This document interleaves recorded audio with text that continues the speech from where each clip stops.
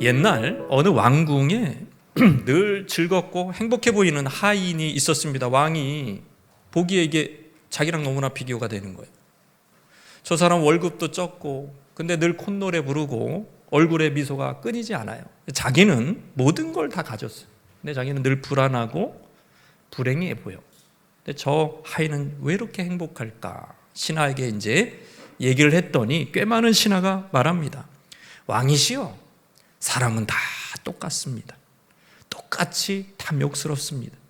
저 하인도 마찬가지입니다. 저 하인이 탐욕스럽다는 걸 제가 증명해 보이겠습니다. 왕의 허락으로 그 하인이 뭘 했냐 하면 몰래 하인의 집 앞에 문 앞에 은하 99개가 담긴 비싼 은하 99개가 담긴 자루를 딱 두고 갔어요. 이 하인이 자루를 발견하자마자 로또를 맞은 것처럼 너무 크게 기뻐하는 거예요. 은하를 세웠습니다. 하인이 즐거운 마음으로 은하를 생각 하나, 둘, 셋, 97, 98, 99, 100이 돼야 되는데 100이 없는 거예요. 하나가 어디 갔지? 왜 100이 아니지? 하인은 은하가 100개가 아니라는 사실에 불만을 가지기 시작했습니다. 하나만 모이면은 딱 100조 클럽에 내가 가는 건데, 이 100클럽에 내가 들어가는 건데, 하나만 더 있으면 부자가 될 텐데. 그날부터 하인은 전보다 더 많이 일하기 위해 밤늦도록 노동했습니다. 전처럼 콧노래를 부르지 않았습니다. 얼굴에는 피곤과 불평이 역력했어요. 왕이 불렀어요. 아니 왜 이렇게 달라졌나 자네? 왜 이렇게 변했나? 이전의 모습이 없네. 하인이 고개를 떨구며 말합니다. 전에는 가진 것으로 충분히 행복했는데 이제는 늘 하나가 부족하다는 생각뿐입니다. 늘 하나가 많이 줘도 여러분 인간의 이 탐욕이 이런 게 우리의 인간의 본성을 아주 제대로 표현한 이야기라고 생각합니다. 하나님은요 인간의 이 죄성을 너무나 잘 알아요. 그 잘 아시는 하나님이 이 말씀, 특별히 이 절기 속에서 이 죄성을, 인간의 죄성을 억제하는 안전장치를 두었습니다. 절기를 지키라고 하는 거예요. 근데 유대인, 이스라엘 남자들은 1년에 3번 성전에 올라와서 절기를 지켰습니다. 그 중에 하나가 맥추절, 오늘 맥추 감사절로 기념하는 그 맥추절의 시작이 그때 되는 거예요. 첫 추수의 날, 맥추절을 지키라 이거예요. 맥추절은 히브리어로 핫가찌르입니다. 핫가찌르에서 나온 곡식 추수기, 거두어 수확하는 축제입니다. 이렇게 그 용어에는 이렇게 빙글빙글 돈다는 의미도 있어요. 막 춤을 추면서 도는 거예요. 축제. 이 맥추절을 성경에서는 칠칠절, 오순절이라고도 합니다. 첫 열매를 주시는 여호와 하나님께 각자에게 주신 복을 헤아려서 감사의 마음을 담아 예물을 드리는 절기가 바로 구약의 맥추절이다. 그렇다면 사랑하는 성도 여러분, 그래도 왜 그래도냐면 우리 삶이 넉넉하지가 않잖아요. 힘들잖아요. 경제적으로 어렵잖아요. 그래도 감사할 수 있는 이유가 뭐냐? 그래도 감사할 수 있는 이유, 첫 번째 따라 하시겠습니다. 일할 수 있으니 감사합니다. 일할 수 있어서 감사합니다. 16절 말씀입니다. 시작. 맥추절을 지키라. 이는 네가 수고하여 밭에 뿌린 것의 첫 열매를 거두기 전에 뭐가 있어요? 뿌리기 전에 뭐가 있어요? 수고가 있는 거예요. 수고예요. 수고. 그러니까 수고가 감사의 시작입니다. 인간의 수고가 모든 감사의 시작이라는 거예요. 수고는 내가 했는데 뭘 또 하나님께 감사합니까? 내가 수고했는데 뭘 감사하라는 거예요? 라는 질문이 생길 수 있죠. 수고도 은혜입니다. 일할 수 있는 것 자체가 은혜인 거예요. 그게 직업이든 돈 버는 직업이든 집안일이든 잡초를 제거하는 일이든 교회 봉사하는 일이든 애 키우는 일이든 모든 일, 여러분 하나님이 인간에게 주신 축복이라는 거예요. 창세기 2장 15절 말씀에 이렇게 기록되어 있습니까? 여호와 하나님이 그 짐승을 이끌어 에덴 동산을 두어 그것을 경작하며 지키게 하고 이렇게 되어 있나요? 호랑이를 사자를 이끌어서 일 잘하게 생겼네. 소를 이끌어서 에덴을 두어 그것을 경작하고 지키게 하셨나요? 그런 거 없죠. 다시 보십시오. 여호와 하나님이 그 사람을 이끌어 경작하게 하신 거예요. 일을 하게 하신 거예요. 일을 시킨 거예요. 일의 사명을 주신 거죠. 노동은 여러분 타락 이전에 주어진 신성한 축복입니다. 노동이 타락 아닙니까? 타락의 산물이잖아요, 목사님. 이제 그 얘기는 바로 아담의 범죄로 이 노동 생산성이 확 떨어져요. 이 땅이 엉겅퀴를 자꾸 내. 생산성이 전에는 100이었다 그러면은 막 10, 20으로 툭 떨어진 거. 그게 이제 타락의 영향력이죠. 근데 원래 노동은 축복입니다. 신성한 축복입니다. 타락 이전에 인간에게 주신 사명인 것이고요. 일은 갓난이나 어린아이가 할 수 없어요. 적어도 10대, 청년은 되어야 일을 시킬 수가 있습니다. 왜? 능력이 되어야 되니까.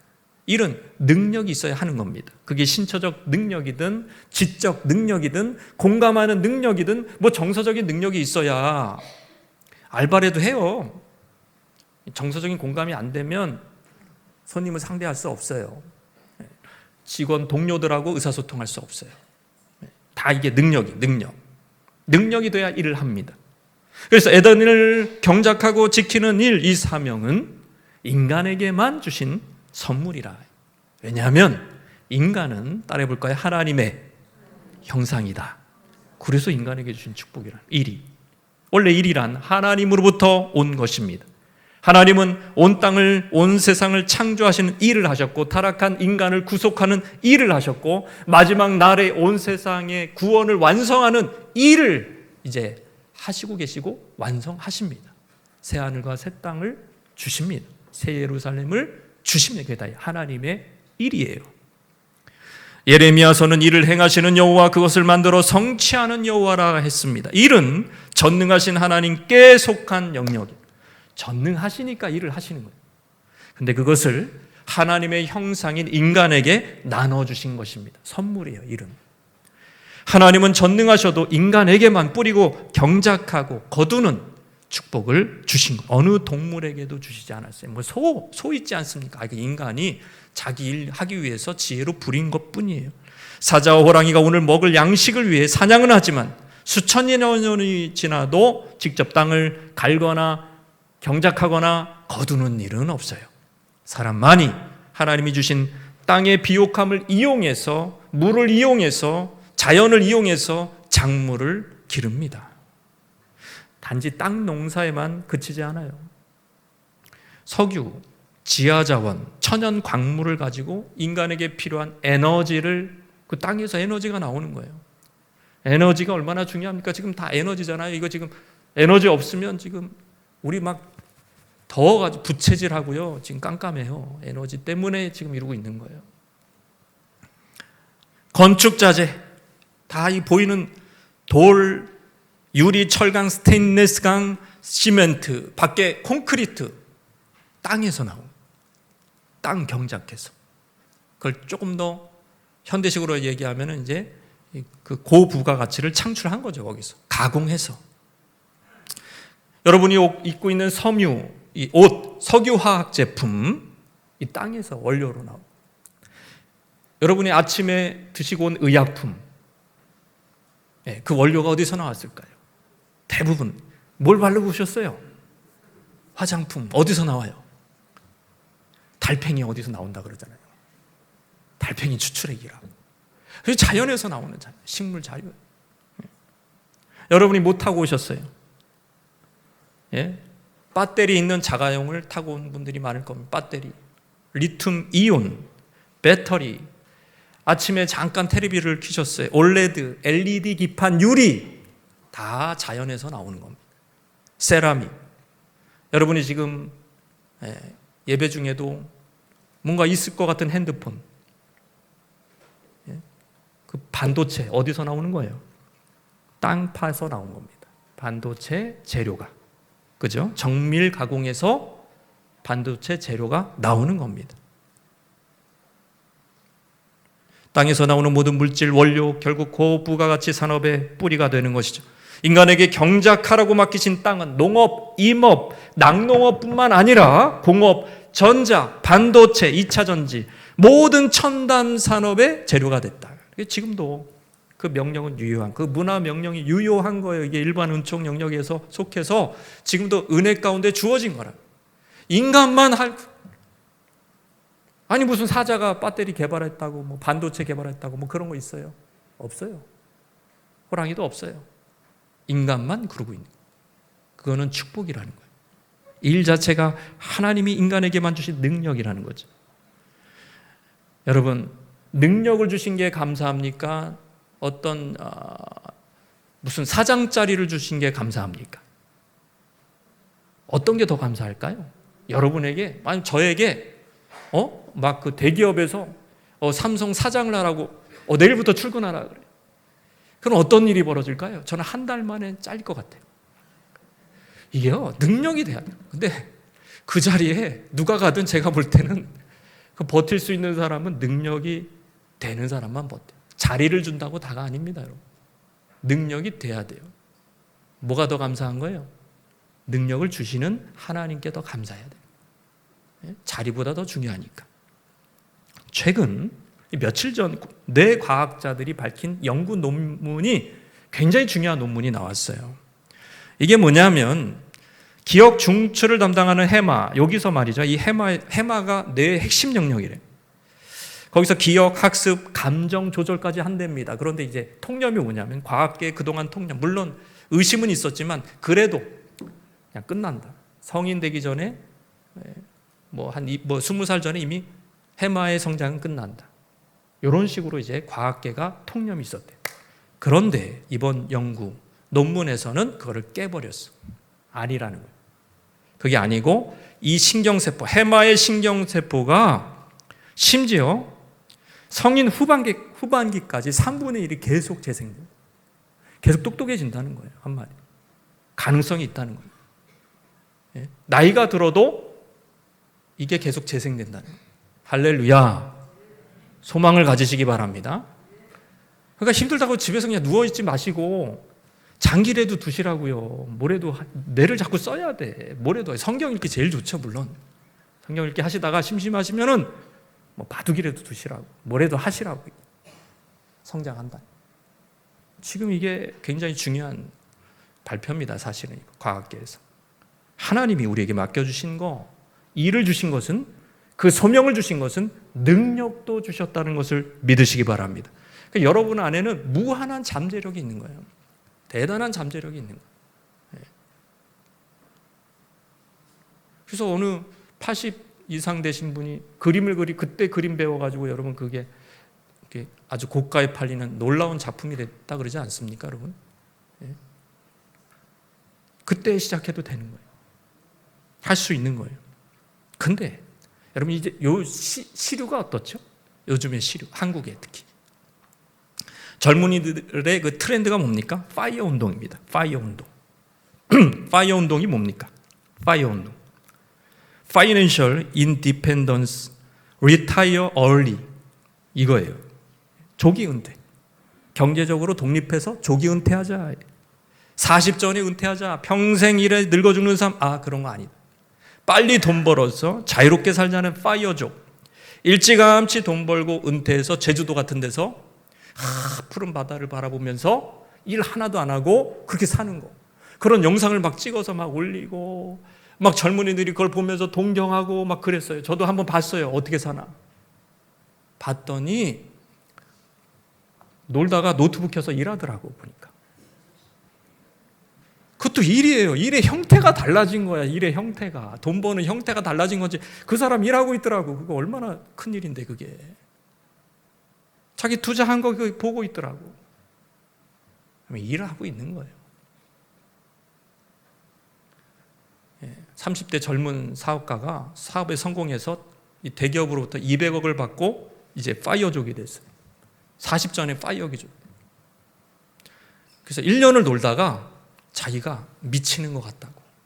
자기 정신세계가 무너지는 것을 경험하면서 창업을 다시 했습니다. 돈 벌려고 하는 게 아니라 일하려고. 그냥 돈 안 벌어도. 내가 월급 줄 테니까 그냥 일하자.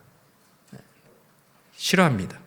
팀 켈러 목사님은 일이란 하나님이 우리에게 주신 창조 사역의 연장이라 그랬습니다. 일은 하나님의 창조 사역에 함께 동참하는 것입니다. 내 안에 창조주 하나님의 능력이 나타나는 거, 그 지혜가 나타나는 거. 여러분 이게 하나님께 영광 돌리는 길이에요.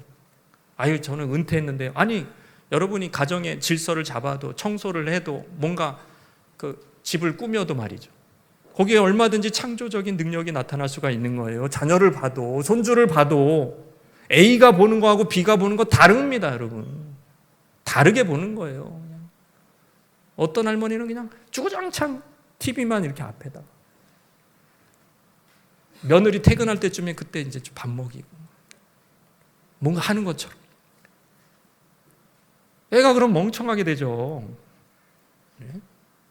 여러분이 그렇다는 게 아니라 그럴 수도 있다는 거예요. 다르다는 거예요, 여러분. 다르다는 거예요. 하나님의 창조 사역이 뭡니까? 어두움을 빛으로, 무질서를 혼동을 질서로, 공허에서 충만으로. 이게 하나님의 창조 사역이었어요. 그거를 우리한테 맡긴 거예요. 우리가 일하면 어떻게 됩니까? 어둠에서 빛, 혼동에서 질서. 세상은 더욱더 질서가 잡히고 풍성해지는 줄 믿으시기 바랍니다. 15년 전 한국도로공사 소속 한 직원이 딸이 그리는 모습을 보면서 뭔가 번뜩이는 아이디어가 떠올랐습니다. 그게 뭐냐? 톨게이트 나들목 분기점에 자주 교통사고가 일어난 때였습니다. 그때 안산 분기점에서 큰 사망사고가 일어났어요. 전 지사가 대책을 세워 지시가 떨어졌어요. 지시가. 이분도 그 얘기를 듣고 상사 얘기를 듣고 그래, 왜 이렇게 교통사고가 많이 나? 집에 갔어요. 집에 가보니까 8살 딸하고 4살 아들이 크레파스와 물감으로 색칠놀이를 막 하고 있는 거예요. 그거 보고 있었어요.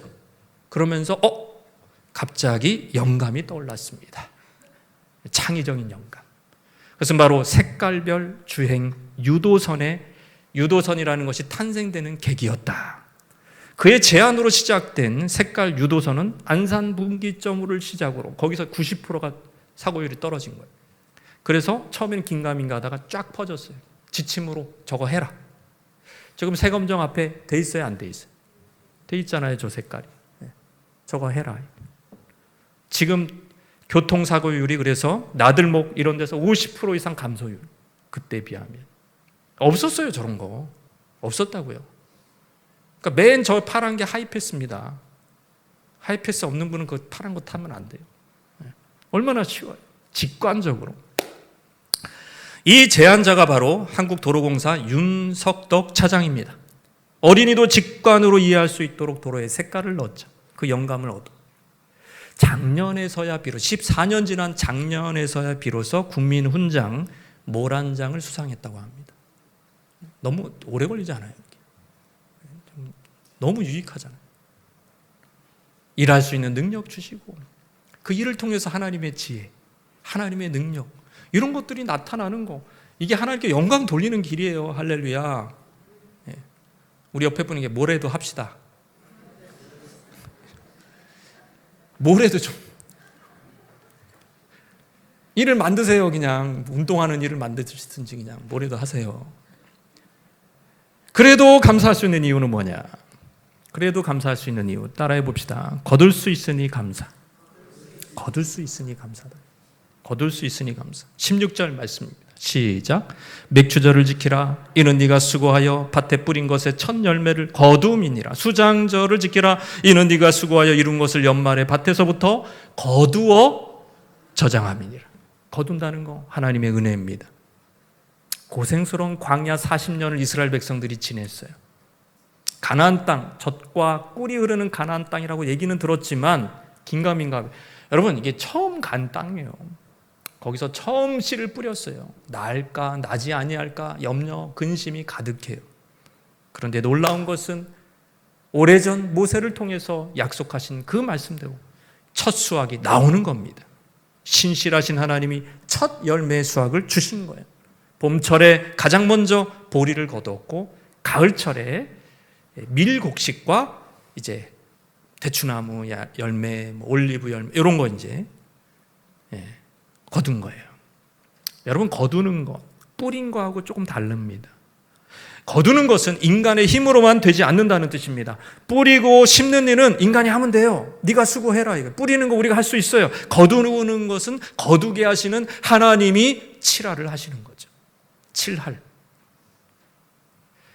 적당한 때에 하나님이 비를 내려 주셔야 되는 겁니다. 팔레스타인 땅에서 곡식 수확기는 4, 5월 초에 내리는 늦은 비, 요게 내려줘야 풍성한 열매를 받아요. 이른 비는 가을에 내려요. 10월 말 이후에 11월, 12월부터 시작될 수도 있어요. 자, 이른 비가 내려야 내년 농사가 잘 되는 거예요. 그 땅은 그 물을, 비를 저장하는 땅이라고 그랬어요. 신명기에. 그걸 저축을 해놔요. 그래서 뭘 뿌리든지 잘 되게, 옥토가 되게 하는 그 인프라를 깔아주시는 분이 하나님이신 줄 믿습니다. 거둘 수 있는 시스템이 유지되도록 뒷받침해줬다. 왜 젊은이들이 자꾸 사람들이 서울, 경기, 적어도 경기권으로 와서 자꾸 그렇게 이사하고 왜 대부분의 인구가 거기 몰립니까? 서울, 경기권으로 왜 몰려요? 지방으로 가라고 안 가잖아요. 인프라 때문이죠. 인프라 때문에. 좋은 기업, 좋은 교통 상황, 좋은 병원, 좋은 학교 다 스타필드까지 다 경기 서울권에 있어요. 그러니까 모이는 거예요. 사람들이 몰리는 겁니다. 우리가 자연인도 아니고 여러분 인프라 없는 데서 어떻게 살 수 있겠어요?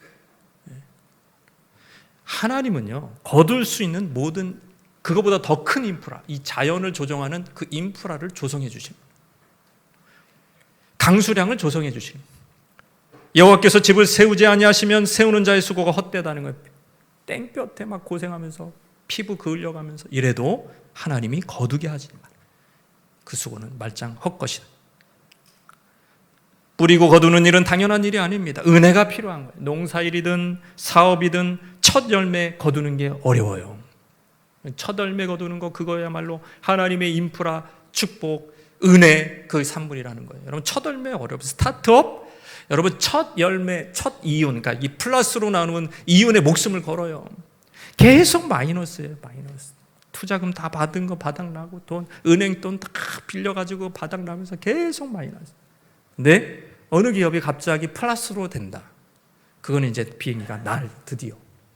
대표적인 기업이 스타벅스, 아마존, KFC, 에어비앤비, 포드 자동차, 수많은 회사들이요. 계속 적자였다가 올라간 거예요. 첫 열매부터 석유 터지듯이 이게 빵 터지는 겁니다. 첫 열매가 중요한 거예요. 뭐든지 첫 번째가 중요한 거예요. 그걸 누가 책임져 주신다? 하나님이 책임져. 그러니까 첫 열매를 드리라고 하는 거예요. 하나님의 축복이라는 거예요. 근데 인간은 꼭 교만합니다. 저와 여러분이 교만한지 아닌지 어떻게 알 수 있을까요? 이렇게 생각하면은 교만한 거예요. 씨를 뿌렸으니 거두는 거 당연하지. 이렇게 생각하면 교만한 거예요. 내가 씨를 뿌렸으니 거두는 게 당연하지. 나 이만큼 투자했으니 이만큼 거두는 거 당연하지. 당연하지 않습니다. 내가 좋은 씨를 뿌렸으니 반드시 거두는 것 당연하지 않습니다. 왜 그러냐? 우리 자신과 주위를 살펴보면 돼요. 다 뿌렸어요. 다 거두는 거 아니에요. 호언장담하지만 실제 뿌린 대로 거두는 게 어렵습니다. 쉽지 않습니다. 여기서 왜 브레이크가 걸릴까? 인간은 자기 힘으로 우상을 삼는 그 위험 때문입니다. 자기 힘으로 우상을 삼는, 자기가 우상 되려고 하는 거죠. 택한 백성들도 예외가 아닙니다. 인프라를 깔아주신 하나님. 그러나 언약의 신실하신 하나님이 우리에게도 언약적 충성을 요구하시는 거예요.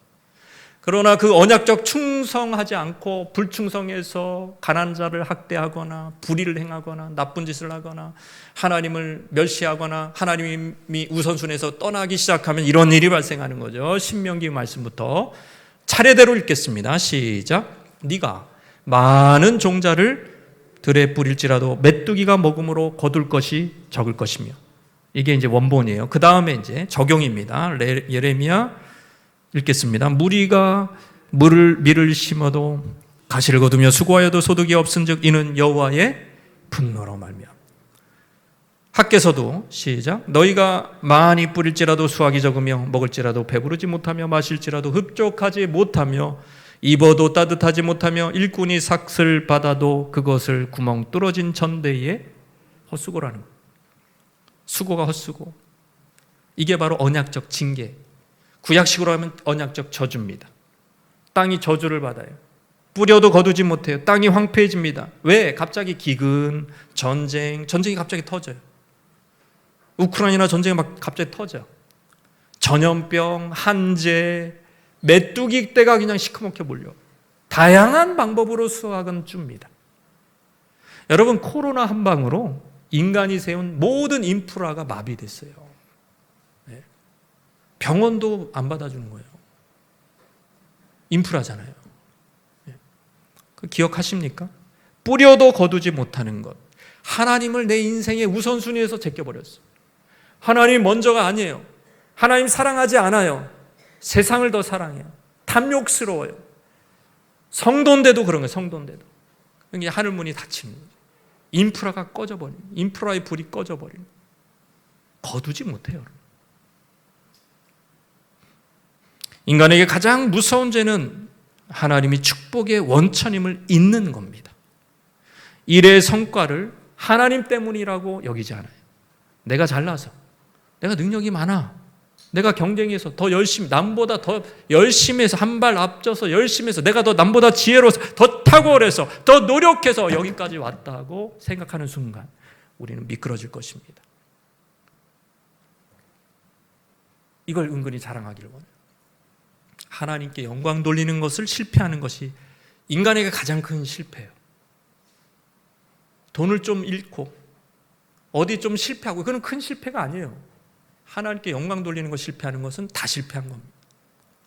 모든 것을 싹 다 마귀한테 다 주는 거예요. 내가 수고하고 수십 년을 고생해서 얻은 것을 싹 다 마귀한테 바치는 게 바로 하나님께 영광 돌리지 못하는 인생이에요. 이거는 하나님께 대한 배신입니다. 인프라를 깔아주시고 돌봐주시고 늦은 비 이른 비를 내려주신 하나님께 대한 배신이라. 이거에 대한 안전장치를 하나님 마련해 주신 겁니다. 그게 언약이에요. 그게 언약적 징계입니다. 이제 뭐 신약적으로는 이제 언약적 징계라고요. 구약에서는 언약적 저주라고 얘기하고요. 언약적 징계가 지금도 있는 거예요. 다윗이 하나님 경외할 때 승승장구하고 모든 사방의 대적을 다 이기게 하시고 평안하게 하셨습니다. 그랬는데 하나님 사랑하는 거 멀어졌죠? 그죠? 죄를 짓기 시작했죠? 하나님 경외하는 게 멀어졌잖아요. 어떻게 해요? 징계, 언약적 징계하는. 네. 아유, 용서, 하나님 용서해 주신, 하나님 사랑 아니세요? 다 용서해 주시는 거 아니에요? 다윗이 죄를 고백하자마자 용서 받았어요, 안 받았어요? 아니, 성경에 보세요. 사무엘서 보시라고요. 용서 바로 받았어요. 징계는 계속 있잖아요. 그게 성경입니다. 우리 헷갈리면 안 돼요. 우리 죄성을 아시는 하나님이 하나님을 경외해야 늦은 비 이른 비 인프라가 제대로 작동되게 하신 것, 그것은 아유 하나님 째째하다, 그게 아니고 우리를 사랑하셔서 우리의 죄성을 아시기 때문에 우리가 죄성을 이기면서 세상을 다스리고 정복하라고, 너의 죄부터 이기고 정복하라고 주신 하나님의 축복입니다. 안전장치, 생명의 근원이신 하나님을 떠나지 말라고 주시는 최고의 안전장치, 그것이 바로 언약적 징계. 언약에 충성하면 반대로 인프라는 계속 작동이 되는 거죠. 굉장히 간단한 논리입니다. 근데 성경에서 누누이 강조되고 있어요. 그래서 겸손한 성도는 지금까지 지내온 것 주의 크신 은혜라고 고백하는 거예요. 그래서 예배를 빠지지 않아요. 하나님 사랑하는 거 빠지지 않아요. 저도 사랑하기 때문에 주일날 예배 장소를 찾아갔어요. 딱지도 날라오고 막 그랬습니다. 그래도 예배를 드려요. 예배가 중요하니까. 이 이국 땅에서 다 아메리칸 피부 색깔도 다 다른데 거기에 그 예배 시간에 딱 한국 사람들만 수백 명이 이렇게 모여서 예배드리는 거 보니까 참 감격스럽더라고요. 하나님의 택한 백성이구나. 저 사람 하나님의 택한 백성이구나. 이렇게 모이는구나. 이 이국 땅에서 예배를 드리는구나. 할렐루야. 예배에 목숨 거시기를 바랍니다. 예배를 소홀히 하지 마시기 바랍니다. 더 하나님을 경외하는 사람은 가정에서도 예배하는 사람이에요. 일터에서 하나님 예배하는 사람이에요. 차를 타면서도 찬양하는 사람이에요. 예배하는 거예요. 예배하는 거예요.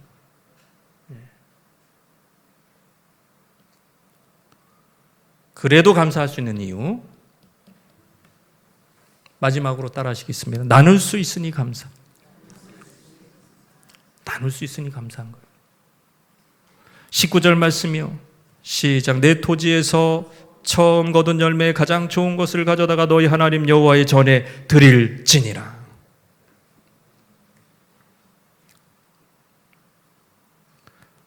처음 거둔 열매의 가장 좋은 것을 가져다가 너희 하나님 여호와의 전에 드릴지니라.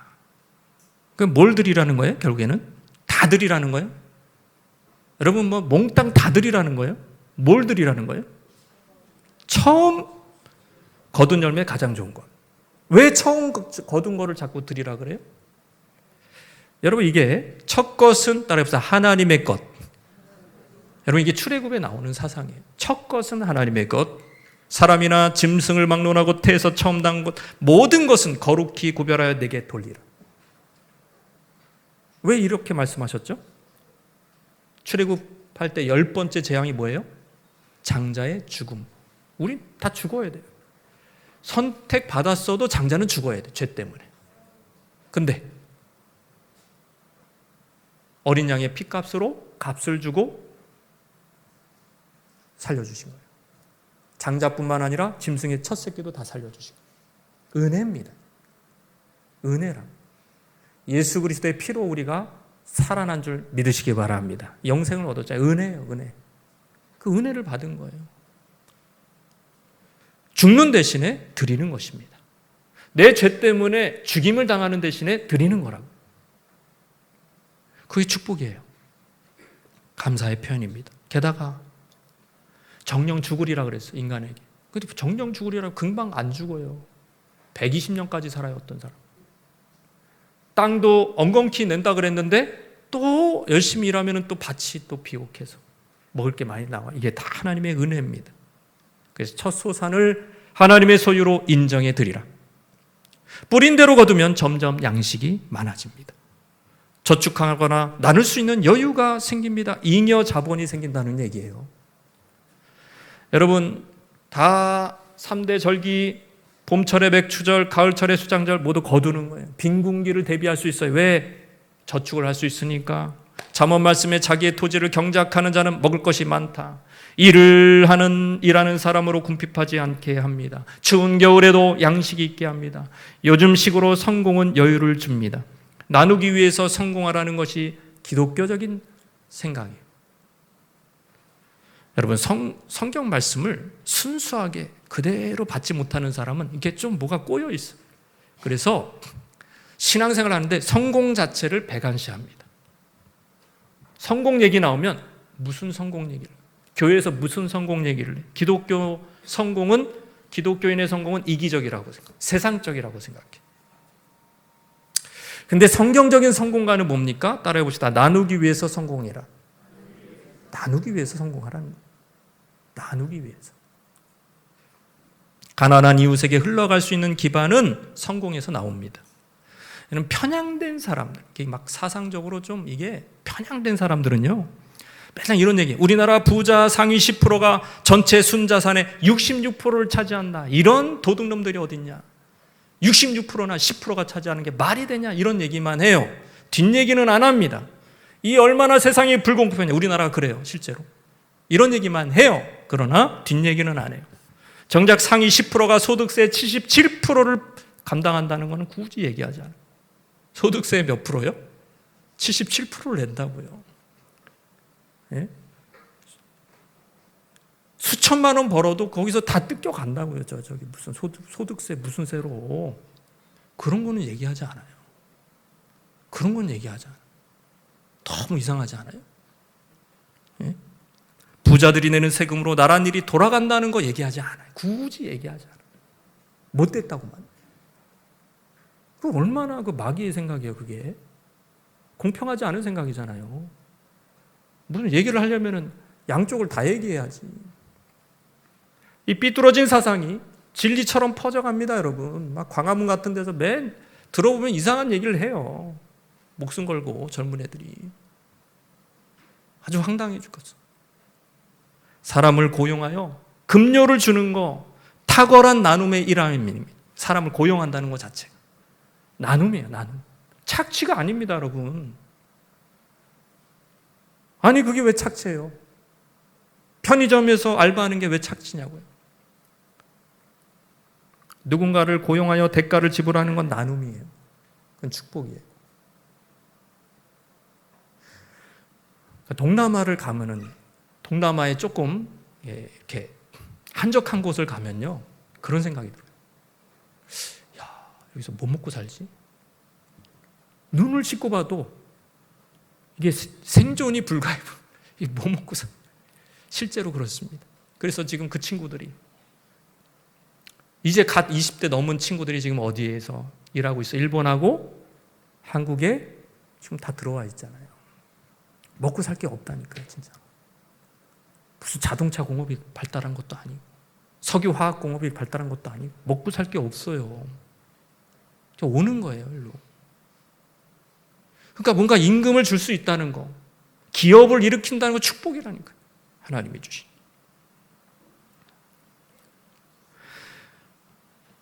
막스 베버라는 사람, 캐톨릭에서 나온 프로테스탄트의 윤리가 자본주의 정신에 어떤 상관관계가 있는지 아주 유명한 책을 썼어요. 개신교도들이 직업을 하나님의 소명으로 알고 그들은 막 쾌락에 빠지지 않아. 돈 번 거 다 쓰지 않아. 아껴. 근검절약해. 기독교 정신이.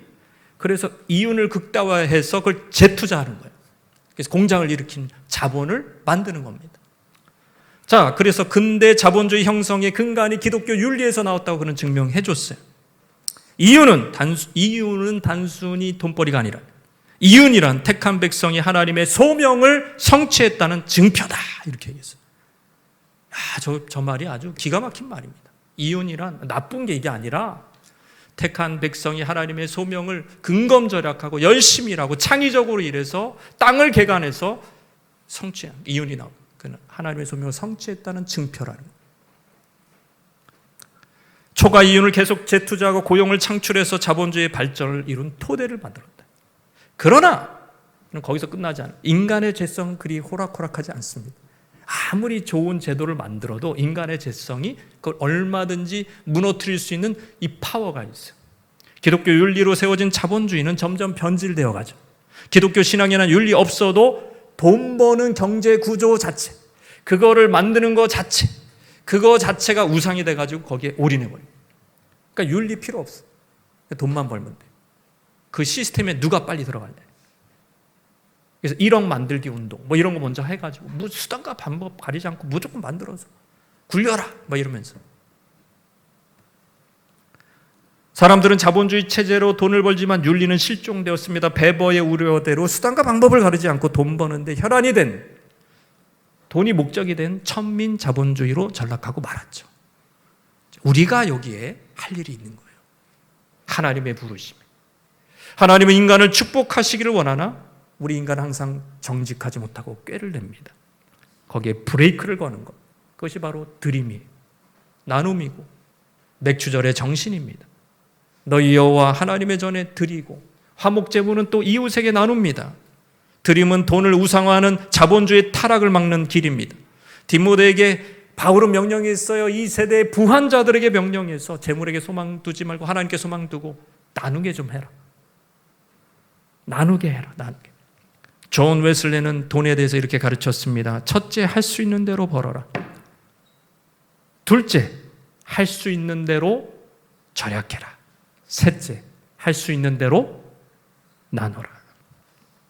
웨슬리는 사회적 타락이 돈에 대한 탐욕으로 비롯되었음을 간파한 인물입니다. 자본주의에서 파생된 그 괴물을 잡을 수 있는 그것은 기독교인, 빛과 소금된 우리들입니다. 목사님, 왜 그런 얘기를 하세요? 저는 나눌 게 없어요. 저는 가난해요. 가난한데 뭘 나누라고 하세요? 여러분, 옆에 분에게 복음을 나누세요. 복음을. 여러분, 불신자에게 필요한 것은 골드바나 또는 현금 뭉치가 아닙니다. 불신자에게 더 가치 있는 것은 뭐예요? 복음이에요. 복음을 좀 나누세요. 내가 복음을 나누면 되잖아요.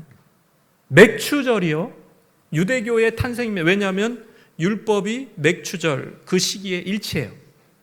그 절기에 일치한다고. 시내산에서 율법 받은 날이 맥추절입니다.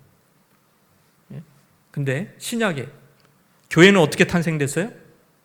맥추절, 77절, 오순절에 위로부터 성령이 임해서 성령의 충만을 받은 교인들이, 성도들이 성령 충만받아 복음 전해서 교회 탄생되는 거예요. 그때 교회가 성장하는 거예요. 그게 맥추절의 의미입니다. 복음을 나누시면 돼요. 복음을 나누시면. 기도하고 성령 충만받아 복음을 나누라. 그래서 뭐 교회에서 돈만 얘기하면 돈에 디귿자 얘기하면 딱 뭐 시험 드는 사람 중에 한 50%예요. 그 시험 들 필요가 없어요. 거기에 사명 있는 사람, 지금 일하시는 분은 열심히 그렇게 일하시고 나누시고, 그렇지 않은 분들, 그럴 수 없는 형편, 아니 앞으로 봐도 그렇게 할 수 없어. 복음을 나누세요. 복음이 돈보다 수천만 배 더 가치가 있으니까. 성령 충만해서 여러분의 가정, 또 여러분의 주위의 친척, 친구, 이웃, 회사 동료, 복음을 나누세요. 복음을. 할렐루야. 성령 충만 받아서 복음 나눈 것, 그것이 신약적인 맥추절의 의미라. 하나님이 우리에게 주신 모든 것, 그게 일이 됐든 상황이 됐든 감사하시기를 바랍니다.